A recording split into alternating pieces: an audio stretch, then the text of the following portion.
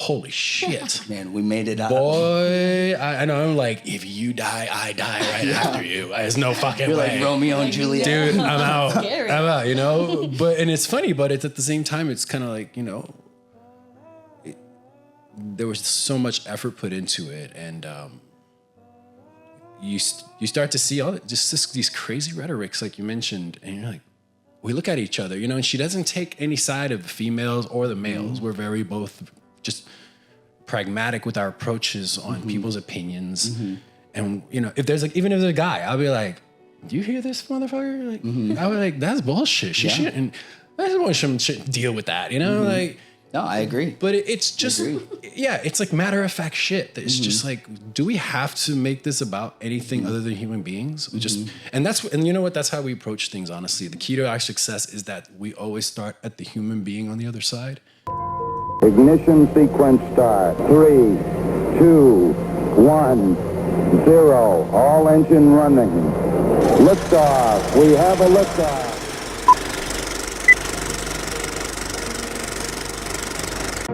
Today I'm here hoping to be able to interview Joey Wilder. He is the creator, inventor, founder, you name it. We have Joey Wilder, first time coming on the show. But at that moment, I had a choice to make. I either hit this while it's hot, while people are hyped up about it, or kind of let it simmer out. And I've been told by many great mentors that it's all about the timing of things. Guys, welcome back to the Joey Wilder podcast, where we have quick wit, dad jokes, a little bit of sarcasm, and the no BS approach to relationships and business. I'm excited to have you guys on. And Excited to be on. This is fun. Yeah. Now, I brought you guys on because we always have such exciting conversations about everything and anything. And you guys just have really great perspectives. I've known each of you for a really long time. Each of you in different ways and then intersecting ways, and done a lot of different things. And you guys have known me through different phases of life. So I wanted to bring you guys on to not only just chat about life, but you both are married. And from my perspective, you both have a beautiful marriage and seem very happy. And you've both expressed that to me. But I'd love just to hear what's worked for you. What hasn't? What are the things what kind of led you here? But just to kind of start and preface that, what would you say one thing in this past week was a highlight for each of you? It's been cold. So my attitude has been in the morning, and he's been great. Yeah. I've been just appreciating just little things all day. One day, even we had said bye, but then he's like, and then I left. He ran out. Oh, he ran out to just say his goodbye to you? I'm like, oh. That's so cute. And I work with kids all day, so there's a lot moments. But that was the little things. And then funny because later on in the week, I'm just thinking the little things. The little things. It's been a lot this week because I haven't been the greatest in the mornings. From the cold? Thank you. That's beautiful. The little things, the small details are part of the bigger picture at the end of it. Yeah. It's the whole picture. It's, we have this rule. You asked what some of the keys to, what brings us to this point. What was the highlight of your week first? Oh, yeah, that's fair. I know. Yeah, absolutely. Because I want to hear about that, too. Well, I guess it was it just happened. Yeah. She noticed. But she always notices, and I know she does. The highlight of my week, every moment I've had a chance to just stop and appreciate, there's been a lot of gratitude lately, and mostly for her for the fact that, we started doing this thing, or at least I did, where started thanking her for a lot of the things she doesn't do. And it's funny because when we're at home, we're helping each other in the kitchen, we're cleaning up, we're getting settled in after a work day or whatever, and we put on YouTube shorts or whatever. Sometimes it's comedy, sometimes she's scrolling through the reels, and a lot of things that come up about relationships and dating, things that we're not in the arena anymore, but it's helpful because it allows us to see what's going on, or at least what's being perceived as what's going on in relationships. Yeah, what's the rhetoric and dialogue? What are the things that are happening out there? It's wild. It's so reinforcing for us because we're looking at each other like, holy shit. Man, we made it out. Boy, I know. I'm like, if you die, I die right after you. There's no fucking You're way. like Romeo and Juliet. Dude, I'm out. Scary. I'm out, you know? And it's funny, but it's at the same time, it's kind of like, you know, there was so much effort put into it. And you start to see these crazy rhetorics, like you mentioned, and you're like, we look at each other, you know, and she doesn't take any side of the females or the males. We're very both just pragmatic with our approaches on people's opinions. And, you know, even if there's a guy, I'll be like, do you hear this motherfucker? Like, I was like, that's bullshit. She shouldn't, shouldn't deal with that, you know? Like, No, I agree. but it's just, it's like matter of fact shit. It's just like, do we have to make this about anything other than human beings? We just, and you know what? That's how we approach things. Honestly, the key to our success is that we always start at the human being on the other side. We don't play gender. I do. I think I've been cooking more now than you have, right? And that was no pressure. That was no me too. That was just our schedules aligned to the point where it just makes more sense that I knock it out. Yeah.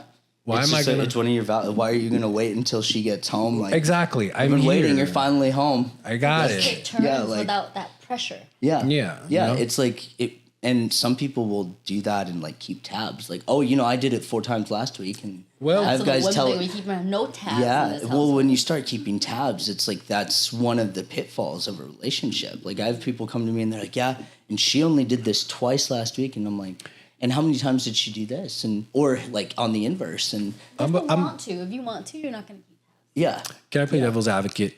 I'm gonna call BS. We're keeping tabs. You know why we're keeping? There's keeping tabs as a negative narrative, Oh yeah. and then there's a healthy way to keep tabs. Like, hey, there's been a shift here in responsibilities. I haven't noticed a change in our dynamic. Like maybe, you know, like if someone started working more hours, if somebody had some new responsibility, she's taking a course, I'm doing what if you notice those things, you should expect a shift. Oh yeah. And hence the score might shift, or perhaps you might change responsibilities so that it still feels equal.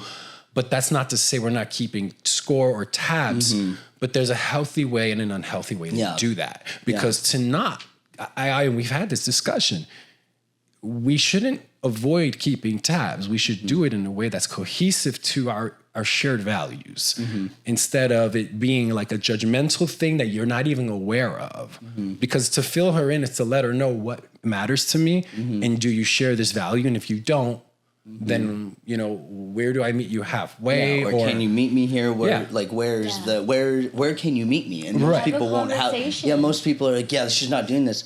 Have you spoken about it? Yeah. No, she should know. And I'm like, dude, she's a mind reader. Right. And right. No one You is. should know thing is the no. Yeah. No, yeah, we don't do that. Yeah, there's a and lot of it's sad, narratives too. that have negative connotations to them, and we always stop, and in most instances we go, but wait a minute, is that us just being reactive because that's how we were taught, or that's how we see the environment respond to these statements, or is this a choice we're making, or can we choose otherwise? Do we always have to take it so negative? And we find it's like, no, this is what we fucking say it is. This is our fucking relationship. It's even our communication. We don't leave that to anyone else to choose or decide, you know?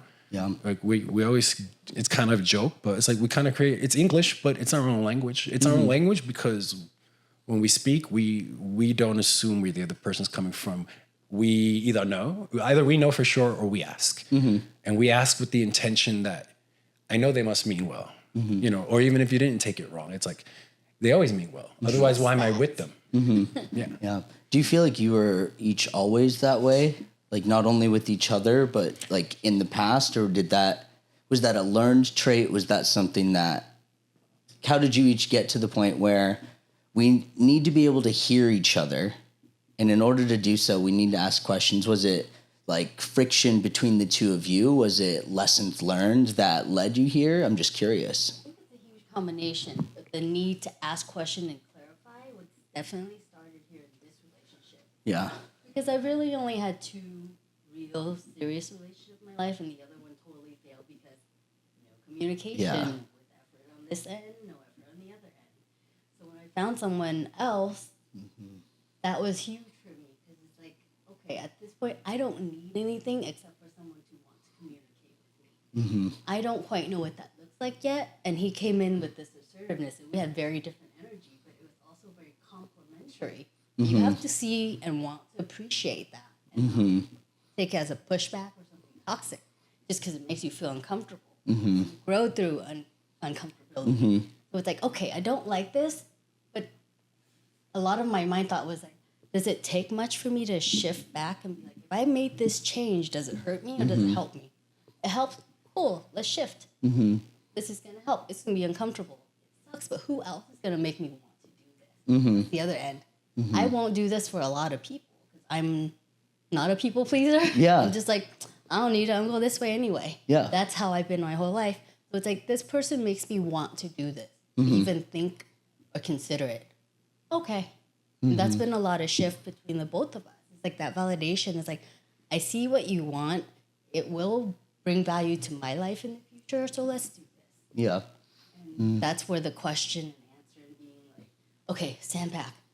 Trust that this person is going in with good intention, not like just poking. We're not meeting each other yet, so what are we not hearing? Take space. And that in itself, like all these strategies where you go to slow down, has helped me just in my career. So that translates on like, I'm not better than kids. None of us are. These are just human behaviors. Use these strategies. But then we use it with each other. And it's like, this works. And it's comforting because very, we use it for kids. So our inner child gets this. Okay, it's calm, right? That's how it has happened. You have to want to do it and then trust. You have to give that trust, space, and time for it to happen. Not like, I gave it to you and it didn't happen, so It's been 11 days. Yeah, it's been 11 days. It's been like, it hasn't changed. You got to consider it's been how many years that they've been in this? It's possibly that long, but you gotta see each stage of change. It's probably not perfect. You gotta see it won't through. be. See it through, and it's been working. You have to confirm with each other. It's like, okay, this is working. It's never gonna be perfect. Yeah, you have to have the tough conversations, and Absolutely. I appreciate you sharing that. What I'm hearing is the person, your person, will enable you to show up in that way. You'll want to make the subtle changes that may be really uncomfortable, and I get that. There's been a relationship I was in that was very near and dear to me, and there were compromises that we both made that were so just challenging in the beginning, but you see how much it's going to add to the relationship, and that right person will call that out of you. You'll want to give them that because is it hurting you? Is it taking away from you? Yeah. Most of the time it's not, because someone that truly loves you isn't going to have you do something that's hurting you or taking away from you. Like, and that just kind of reaffirms the trust. But it's that willingness to like actually come together. Most people get caught up in the dialogue of, well, he should know to do that, or she should know this is what. That's what we're seeing a lot on social media that makes us, it's a lot of other people's mistakes that we actually take time in our days to reflect on.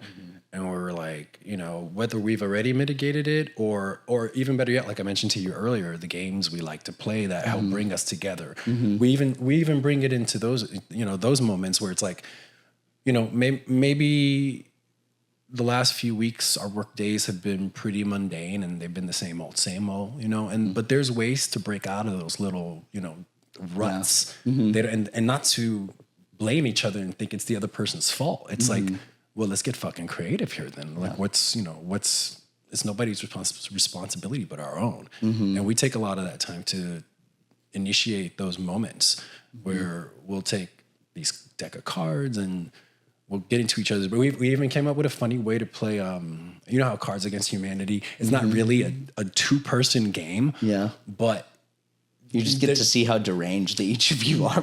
Yeah, kind of. Well, we started flipping it. It's kind of crazy. So let's say if you had the black card, and then we lay out 5 cards. We pick of the white cards. We say, okay, which ones do we think Joey's gonna find funny? But if it was just 2 and 2, it would be like me and her. Which ones do I think she's gonna find funny? So if it were 5 people, like which one do I think you would pick and why? The why is the kicker. Yeah. Because then you get to be like, what is it that you think of Like, me? what do you really think of me that Right. you'd say that? And then if they don't pick it, you get to learn something maybe a little bit more nuanced, or you're like, really? I would have for sure thought. And you're like, nope, this one. But it's, it's nothing to hold them accountable to. Yeah. It's just fun. It's just for fun. And Sometimes he'll pick ones like, I thought you'd pick this. I was like, but that made me laugh. So yeah. Do you feel like there's some couples that aren't able to play, and this comes at the coattail of our conversation earlier, and we can ixnay names, but playing those card games, I've also been in that experience where like I love playing those card games to like get to know people like that like I'm not only like in an intimate relationship with, but also like friends of mine, because it's like I have some friends and I'm like, dude, tell me this thing about you. I don't know this, and I've known you for like ever. And those games are fun, but there are some settings where some people don't take the honest truth well.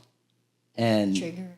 yeah, it's like it's triggering. And I always think in those instances, what does that say about your relationship if you can't hear this? And it usually has something to do with like some sexual nuance or something to do with an ex. I've witnessed this happen.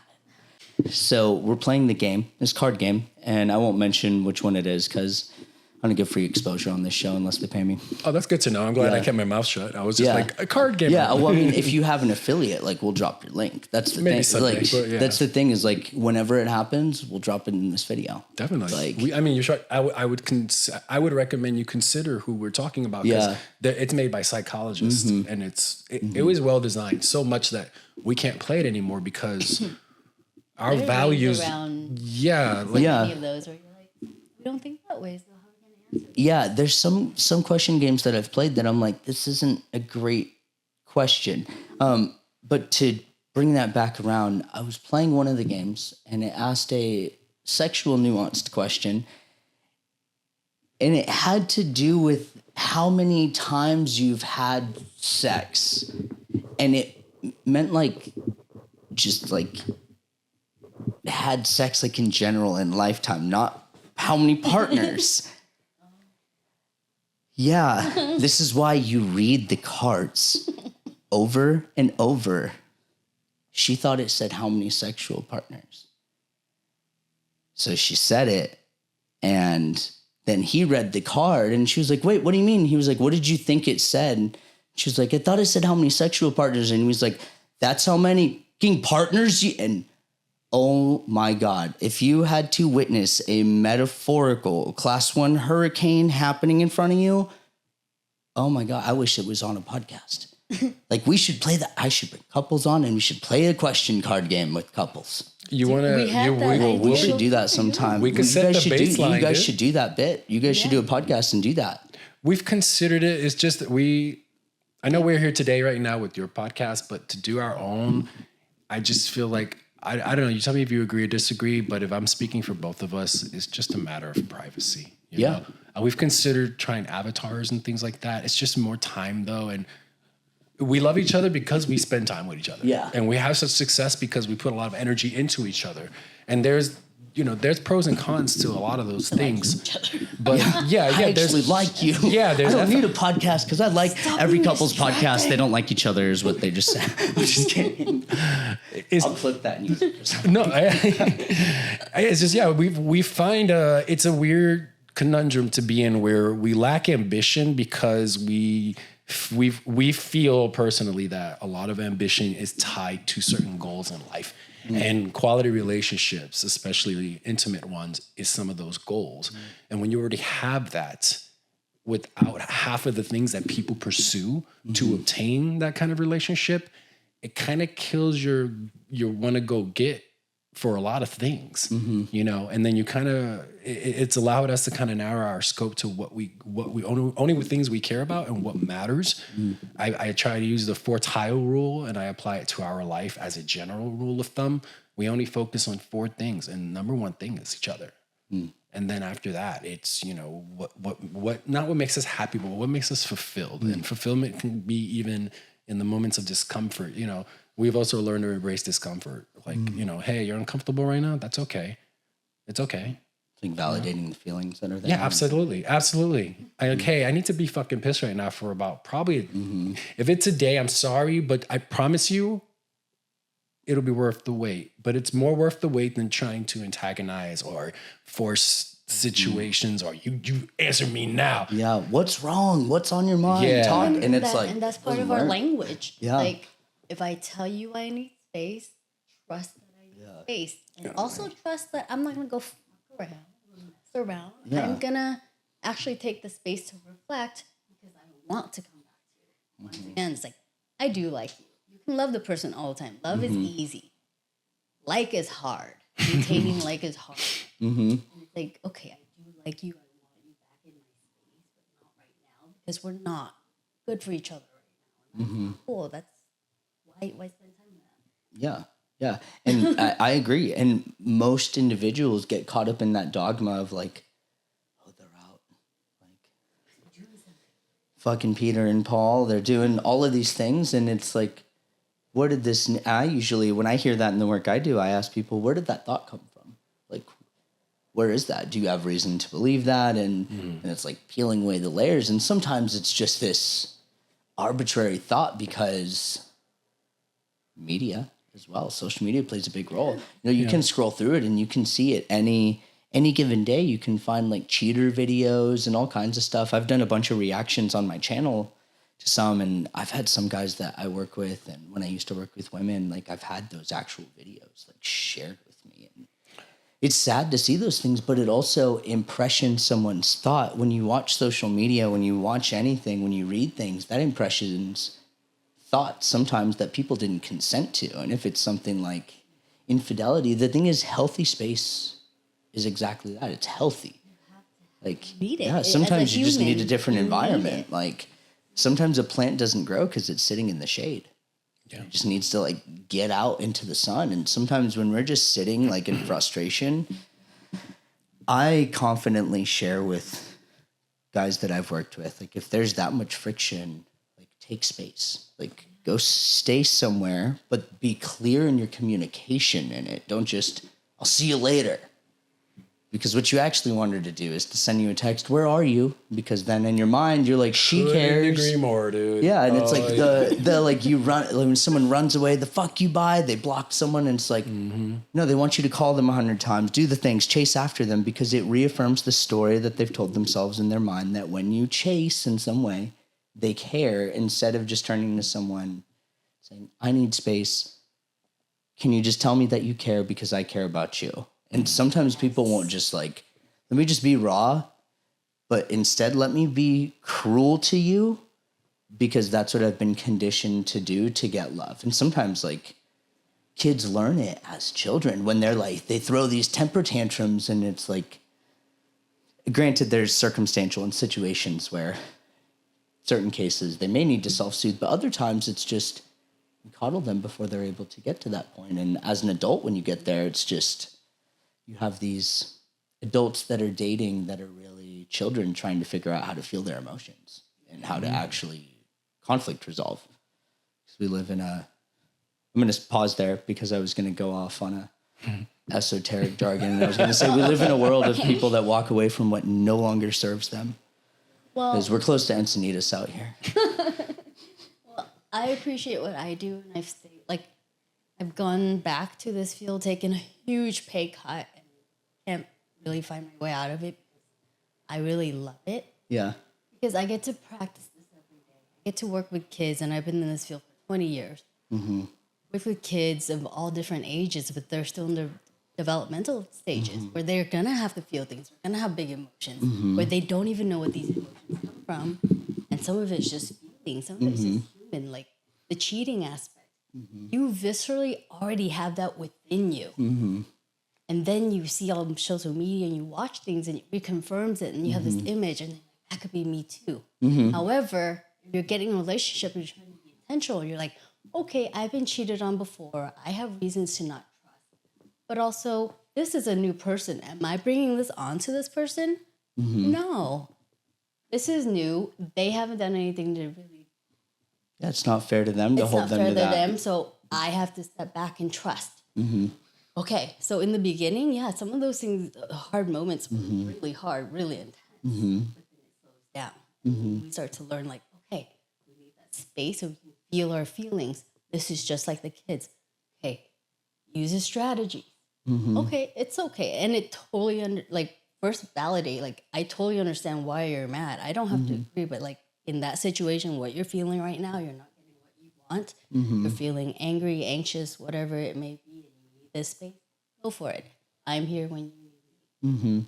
Yeah, it's that reaffirmation. Yeah, and it's okay to ask someone, like, can you validate my feelings? For, like, it's okay to like, ask it's your not partner. crazy. Yeah. Right? He asked me that all the time. I'm like, it's not crazy to feel this, and I'm like, yeah. And again, reaffirming is another way. Like, it's okay to feel this, although I am not sure in that aspect. Yeah. Let's talk about it later. That's the calmest way you can actually bring it. That's what we want. But in anxiety, Yeah, you're not telling them they're alone, but you're just saying, I don't have the same feeling. But it's kind of like the difference between empathy and sympathy. Sympathy is like, I'm in the trenches, I'm with you. Empathy is like, it's valid for you. I get it. I may not feel the same, but I love you. Let's take space. And it allows you to be collaborative, but also have individuality. And people are like, no, if they're sad, I should be sad. No, not at all. That's the other thing we have in our relationship. Like, we don't need help being sad. Yeah. If you need me to be there, I'll be there. But if you don't, there needs to be a person out here to be that anchor. And then that person can come. Because we don't need to be in here. Then now we both have to try and get help. Yeah, misery loves company. And it's like, it does no good. That's Like, just a saying. you It's can not true. commiserate and like stoke the fire sometimes when you like, sometimes you're frustrated and you're just like, hey, can I share something? rah, And you're like, yeah, bring it them. Okay, I'm good. You don't have to both commiserate in the misery, because then you're both mad. But you're able to rationalize, like, what I'm hearing is each of you have individual emotions. And even when you're indifferent, you're able to come together. And even when you may not feel it or you may not feel it, you're able to say that, and you know that you're not being abandoned. The end of it. Well, to add value to that, something more specific, because I feel like if somebody's listening to this, they'd like some kind of insight. Like, what is it about us what are we doing? So, for example, you said a lot, and but and it's missing just the one thing. So, what's something we do? Because the hardest thing to do is bring up an issue to someone when they are part of the issue. So we have a lot of rules based around that. I remember you guys mentioning this years ago. We've been friends for a long time, and we were sitting in your old place, and you guys had mentioned rules and words that you don't use with each other. So I'm following, and I just wanted to there's, and you had shared this, and I thought at the time, I was much younger then, and it was a long time ago. I think it was like 6 years. Yeah, It's been refined over the years. It's been a long time. Over and over again. But in that, like, you guys have always had a grid, and I'm just like future pacing for like people listening to this. Like, it's evolved over time. Absolutely. Like, you guys didn't. This is the way. If we go out, like, that's, and most people think like it's not the way it was, and it's like maybe it's meant to evolve and like transition. Grow, so that has like, to grow too and shift. Something we had this conversation recently. For anybody who gets married and they're expecting their person to just be done. You show up, I marry you, you're done. Like, you should never change, you should never evolve, and let alone this. Here's the stupidest part, that you as the person should never also change or evolve. Like me, and it's like, I should always be that guy you met. Hey, thanks for picking me. I appreciate it, but God help me if I was still that guy. And not shitting on myself, but I've grown. Yeah. And I rejoice for that. I'm not gonna. You also have a growth mindset. I think This is something. I true, believe yeah. that's a value you both share. Like, Yeah. We do. Because since I've known each of you, you both have like continued on your paths and like done more things in your life. And like, there's some people we know in our circles that have not. That's just the truth. Yeah. Nothing against them, but you guys have aspirations, and not only your relationship, but like the life that you want and what you want to do. And Home is everything, man. Yeah. Everything is about home, and home is everything. And that's the only space where it is what you create it to be, just like your space, you know? And we appreciate what you do here because it, you know, it reflects who you are. I feel like it tells a story, it tells a truth about the person, and it seems very authentic to who we see you to be. You know, you're a deep person, rich person, and we like to do the same thing with our home. You haven't been over yet. Yeah. But if you do, man, it's Mike and Not if, Tweet when. all day. It's playful, you know, and we always joke because, like, you know, we grew up with families that homes are designed for people to come over, but never for the people who are there all the fucking time. If you're fortunate to be home as much as we get to be home, which we don't even think it's enough. Yeah. What's our place? Right. Yeah. We just do chores. Cool. Yeah, I never understood when individuals, and I appreciate you sharing that. It's like when you have a home and you guys have created a home together, you love being there because you've curated it to be your environment together. And that's the thing with the home. There's a difference between a place that you sleep and a home. You know, a home, it's more than just the things you have. It's the reason it's the way it is. It's a lot of intention the in our place. Yeah, it's the intentionality. And would you also say that intentionality is just a value that each of you share? You're intentional with why you're doing the career you're doing, why you're doing the work you're doing, and why you both are intentional in your homes, and so on and so forth. Absolutely. That's in my vow. The words in my vow. It's very intentional. It's in your vows? Yeah. It's a very intentional love, and it's always a choice. Like, knowing is always a choice. I'm choosing. Okay. And it's every time I check in again, I want to make this shift. I'm choosing this person. Those words are also in my vow. Because it's very true, and it's the words you choose to put in your mind. I chose this person. I get to choose again and again every time I make a decision. I get to choose. I don't have to. And that can stop. Like, there's nothing. We don't have a kid. We don't have to be tied to us. You got to be able to respond to your body, and it keeps checking. Like, yeah, I want this. I want this. It's a nice confirmation. And it's The been body intentional knows. since the beginning. Yeah, and I definitely do go trust my body ever since I was little. It's always been. I'm very intuitive. If I don't feel it, I'm just like, I'm gonna go this way. Yeah. I'm okay being alone. I'm okay being with a crowd. I'm kind of okay being whatever, but I won't go against what I don't feel. And you're able to check into that. Many people won't pay attention to that. Like, I'll ask people, like, no, not like when you have sex, but like when you're around them, like, how do you physically feel in your body? Like, do you feel at ease, or they're like, no, like, I don't feel good. And I'm like, the body keeps the score, bro. Yeah. There's a great book There's a called book, The Body. The It's Body right up Keeps here. the Score. I know. And it's sometimes your body is reminding you that there's familiarity attached to this person. They're going to hurt you, dog. Like, it's usually not a good thing. Or if you're feeling this buzzing feeling, like that emotional feeling, you feel this draw towards someone, and I call it an allure. It's your body letting you know gene expression is a real thing. And many people call it intimacy. And like, I was having this conversation with my friend who's a woman the other night, and she was like, gene expression. I said, yeah. Have you ever been intimate with someone and it's just different? It's different connection. Like, their touch is different and you feel it. I said, that's gene expression polarized in an in-depth way. Have you ever been around someone and your body just like, you feel uneasy? That's your body letting you know that there's familiarity of something traumatic or uneasy. Some people will also say spiritual, but it's one and the same, technically. But many people won't pay attention to that. Like, do they feel good? And it's usually as simple as that. Does it feel good in my body?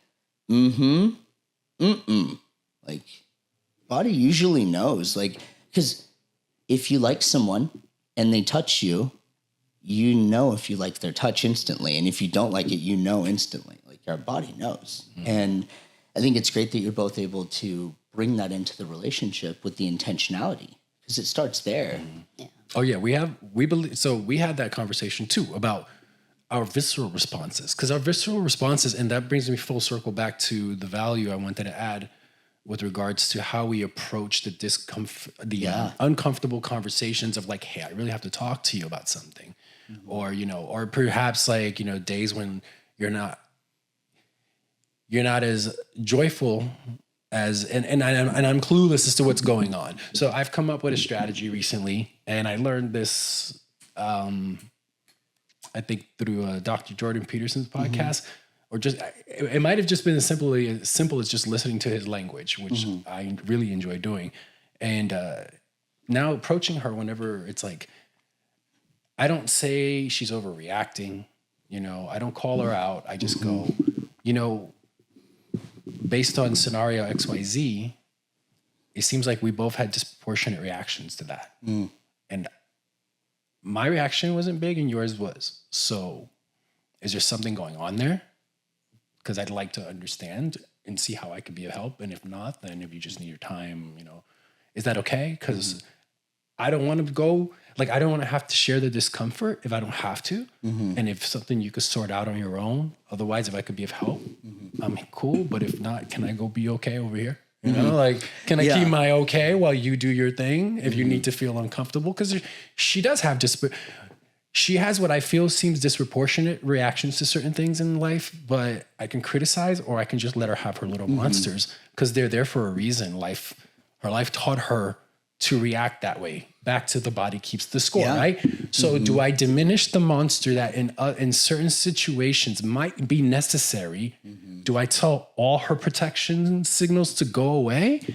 Or do I say, hey, can I just be cool over here and you don't hold it against me while you go through this, visceral response? And we understand that about each other and we'll be like, yeah, it's fine, And I was obviously I'm wise enough now to know to be like, okay, I'm gonna fuck off then.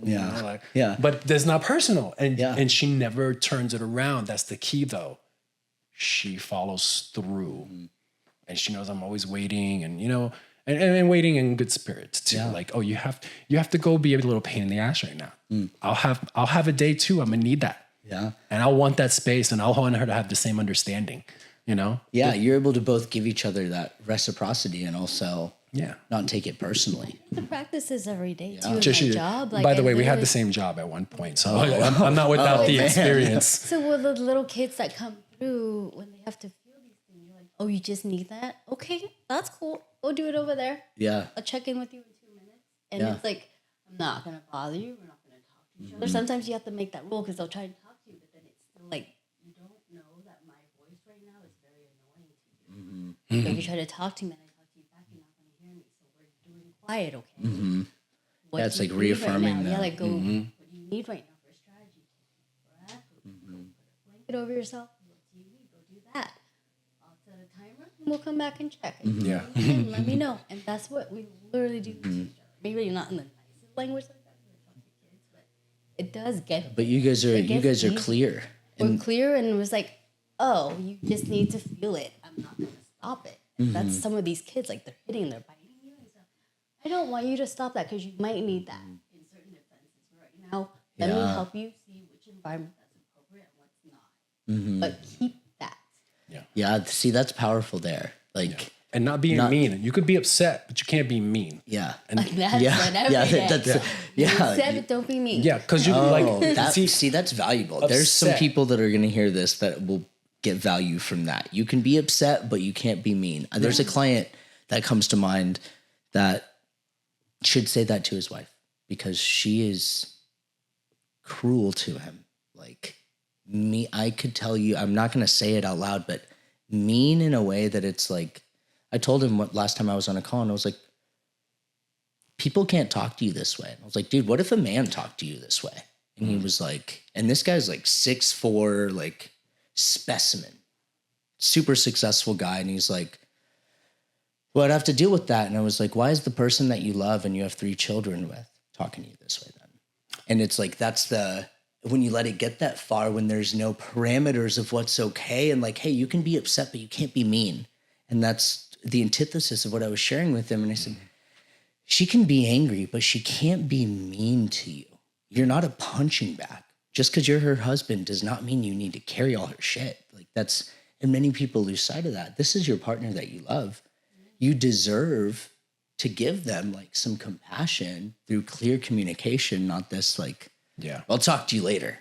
Yeah. You don't have to lose yourself. That's the thing. That's where you can be upset, but you can be mean. Like, you don't have to lose yourself by holding it in and not being upset. Because that's not normal. That'll Yeah. blow up at some point. Yeah, and for it's like the sure. stomping around. I see the stomping. I see the Like, okay, anger. do you want me to respond to that, or you just need space? There's that. There's people who showboat that they're mad, but then you ask them what's wrong, like, nothing.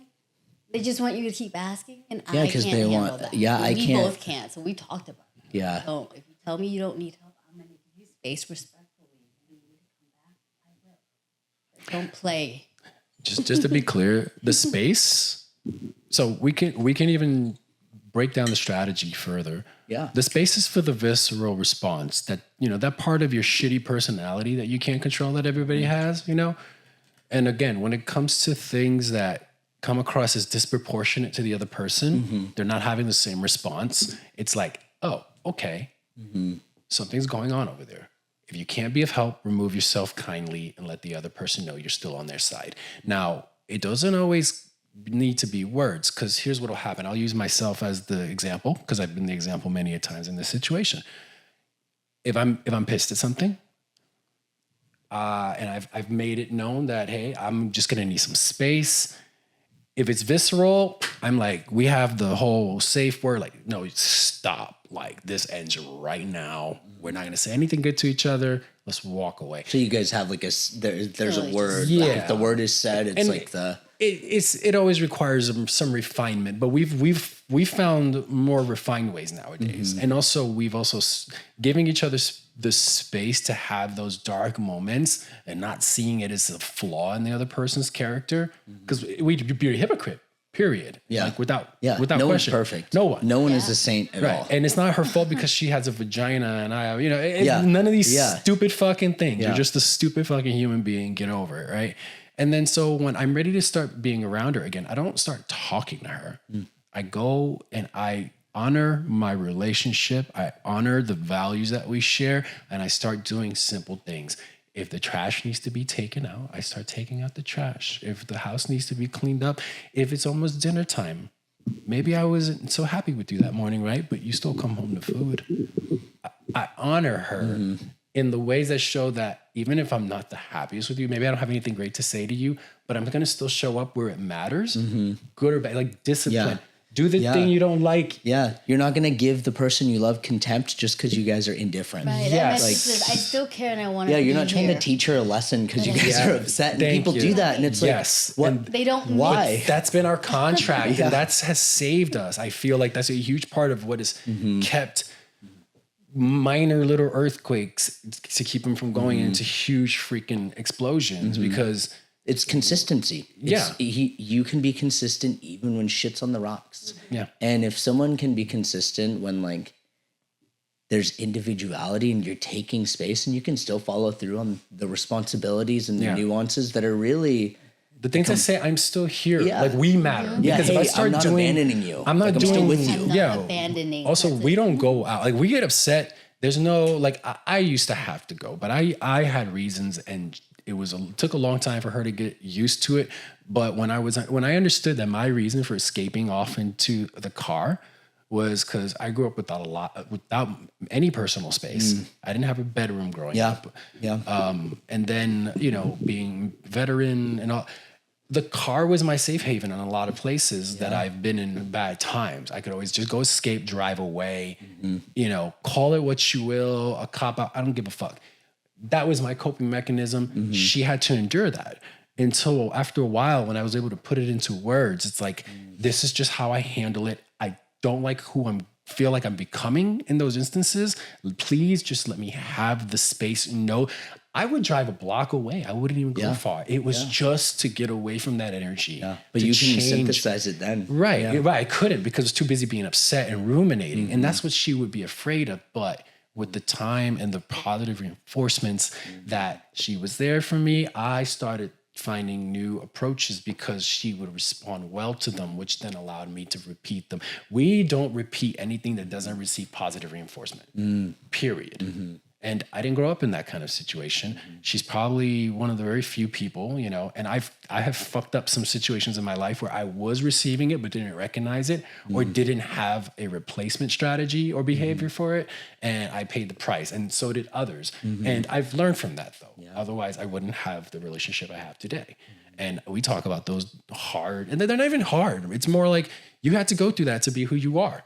Yeah. I don't care. Whatever it was, as long as you're not on the run. Yeah. I would never right? change your past. Yeah. Because I love who I have here with me today. And that's one of the things I ask someone when I get to know someone. When I was going through the dating world, I would ask someone, what did you learn from your last relationship? Yeah. They err on the side of caution with the ones that are like, oh, he did this and who did this. And I'm like, I am very forthright with people. And I'll be like, what did you do? Yes. Like, I'll straight up ask someone, what did you do in the relationship? Oh, well, I did this. No, like you were saying.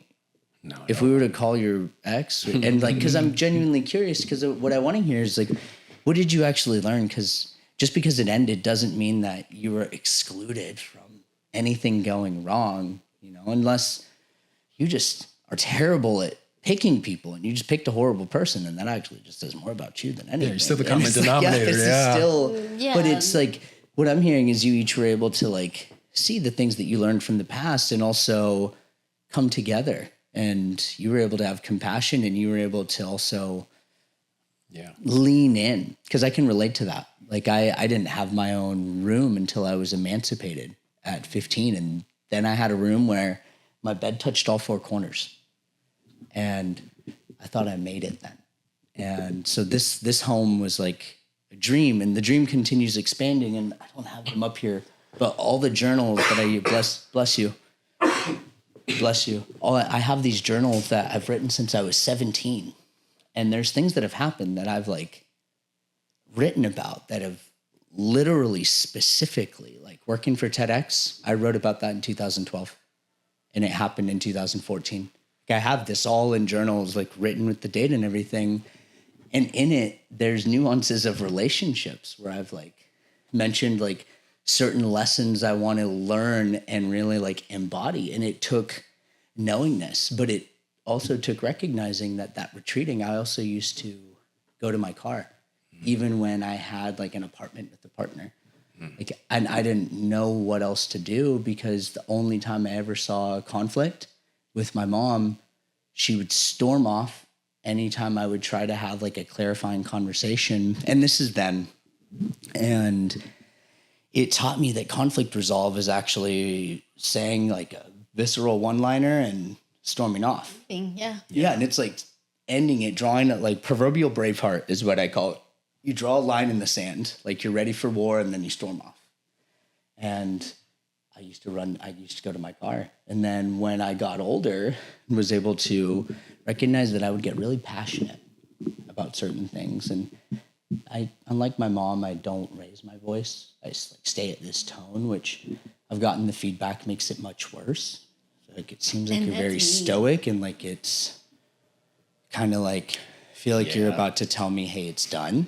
And so now I have to bring it a little more lighthearted. We're really passionate right now. Yeah, it's true. But it's the same thing, because I know who I become when I get to that point of wanting to be like retreating, because I really just need to like be with my emotions for a second. And I was conditioned to deal with that on my own, because I was an only child. I spent a lot of time on my own, and anytime I was in environments where I had heavy emotions, I never had anyone around me that showed me how to manage those. And then, I mean, and shout out to amazing women that are out there that were able to be present with me and give me compassion, even when I was a little shit. And there was a woman that I was with, my daughter's mom, and I remember I had retreated, and that's what I learned what it was. And she like literally ran after me, and she grabbed my hand and she was like, hey, we can talk about this together. Like, come sit. And it was the first time I had someone like compassionately say something like that. And it felt like there was a different part of me that was connecting with that. But it was because of that it led me down this different path like 6-7 years ago. And it was because of that it also allowed me to see like all of these instances in my past where I was retreating in some way. Sometimes it was the car. Other times it was storming down the alleyway. And then I won't say the other things because this will be public online. No, it's fair. You know, there's so and many different forms We of all it. retreat though. I ran Yeah. up a tree a lot. I mean, I climbed a lot when I was little because that was the only way that adults won't follow you. So that was We my have 11 privacy. minutes, by the way. And so that when the storming off of the car thing, that would actually be my trigger. And I had to work with that. Like, okay, it's your trigger. It seems like giving up. But also like this person needs space, which is that talk back. So in the beginning it's hard, but then it gets easier when you're like, okay, the person comes back. I trust this person. And it takes both sides. That's the reinforcement. Like you can go and come back and still be focused, not try and like brush it off. Or just go mess around and then come back and like, hey, it's okay again. I trust you. So okay, go. Yeah. And I think the thing with space that I just want to add is having clarification, not just, I need space, I'll be back. yeah, you're absolutely Like right. that is, you want to create anxiety for someone and make them think you're going to do something, say that. Like, hey, we're both really passionate about this right now. I believe we should take healthy space for 24 hours. I'll talk to you tomorrow at this time. You have to follow through on that time because agree that more. consistency Check in. is also like cooking the food. Like it's, you have to do all of the things still and be consistent, but you have to have parameters and specifics, like the ambiguity of like, well, no, they should know like what space. Okay, but they don't. Or maybe they did, but they don't now. And everyone thinks that their partner's a mind reader. And I'm like, where did you guys get those skills? Because I need them. I know. I right? need them. But it's like you both are clear. And if someone's not clear, like I remember being asked for space and I'm like, what does that look like? Yes. And she's like, That what do you was mean? And I'm like, but huge. like what is space? And she's like, well, I just need like physical space. I know how long. And she's like, oh, like 30 minutes. I'll come back and talk. And she's like, I'm so sorry. I should have been clear. And I was like, yeah, I was just confused. Like, you go into like space? and she laughed, and because it was making light of the tough situation. Right. And It's but brilliant. in that, it's like all of that to say, when you have clarity, like how long is space, the ambiguity, like I'll be back. Like you're not Terminator. Like Yeah. Yeah. No, it helps because then you're not like feeling like you're being left on this real, like, I'm just gonna have to sit and wait. Yeah, no, like you're that's- being respected. Like, I need 20 minutes. I'll check in with you. If you still need more time, let me know. That's all it is. Be okay with that. Yeah. Don't have an expectation. You said 20 minutes. I think I still need 5 more. Okay. Yeah. Oh, Like it is. have clarity, like clearly communicate in it. This is how she reinforced it. And if this is the last thing I say, I think this will be the most valuable thing because, well, maybe not the most, but in context it is. When I used to take space and the card thing and all that stuff, it got better in regards to being clearer as to what the parameters were in regards to like how long do I plan on taking space and why. That was an initial, and that's why she was so uncomfortable. But the act and the practice of just getting better and more refined in our speech to each other and our understanding allowed for those moments when I would still do it to become shorter and to ruminate less. Because she would be worried I would ruminate. She wasn't wrong, but that was only part of the picture. You ruminate until you get to the part of, okay, what do I really want here? You know, you make sense of it. And then also another rule, a little rule we have is we don't bring back, I have an issue. Let's say I think, because in most instances, you don't really have an issue with the person. The person's just being themselves. Even if it's a significant other, it doesn't fucking matter. They need to be themselves and you need to allow them that agency. But in that same tone, it's like, what is it that's happening here? Do I know the full picture? And you can go rattle off a ton of questions. At the end of the day, is like, do our values still match? Do I need confirmation? If there's been a mismatch in value, that's where I need her to insert her input so that I can know where I stand, and then we can make plans. If nothing's changed, then maybe it's a matter of like, are you doing X, Y, Z and I'm missing it because I felt like this, disconnect for this value that I thought we shared, and either we still share it and something needs to be recommunicated, or perhaps a new strategy needs to be designed so that we can both understand when the other person is doing the thing that we're asking for, but we're missing it. or maybe you could become better. It's a give and take, you know, but it became shorter and shorter. And now I don't leave at all. I never leave anymore because I can now come to her and just be like, you know, it seems like something might be off there. Do you need, you know, and I'm an ally. And vice versa. It's just ally. And like, you know, she praised me earlier in the beginning of this because of that, but that's healthy growth. And I couldn't have done it without her always showing up for me, even in my ugliest times, and reinforcing my efforts and always showing me that you're doing great. I want more. Men of need that. to be championed when they're doing well. Right. And vice versa. Like, She didn't point out my ugliness. She didn't reflect on my temper or my anger or whatever. That didn't need a spotlight. And she understood that. And that allowed me to, those things started to just melt away because it's like, I don't need that here.